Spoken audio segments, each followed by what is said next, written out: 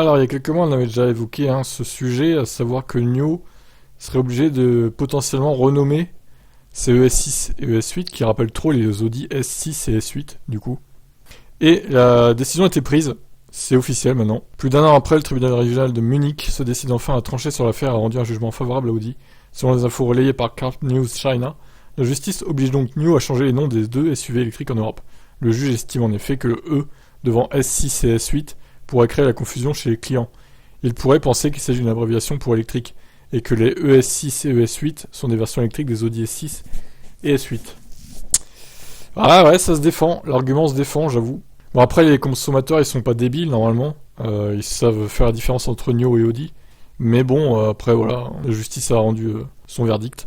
Suite à cette décision, les ES6 et 8 pourraient être ainsi commercialisés sous les noms EL6 et EL8 en Europe. Et ce ne serait pas la première fois pour les voitures électriques de la marque, étant donné que le ES7 est nommé EL7 en Europe. La marque chinoise ne semble toutefois pas satisfaite de cette décision et se dit prête à faire appel. Pour l'instant, rien n'est donc joué.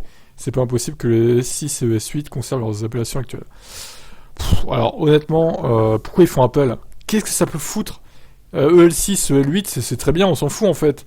Pourquoi ils font appel de ça? Enfin, je veux dire, il faudra juste changer les brochures, voilà, la documentation. Ben, c'est pas non plus la mer à boire. Ils avaient qu'à y penser avant aussi, chez NIO.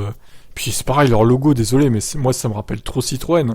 Là, franchement, Citroën, il pourrait faire un truc.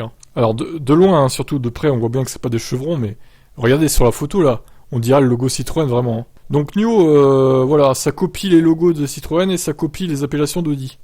Bon, bah ça part bien, Allez, je vous laisse commenter.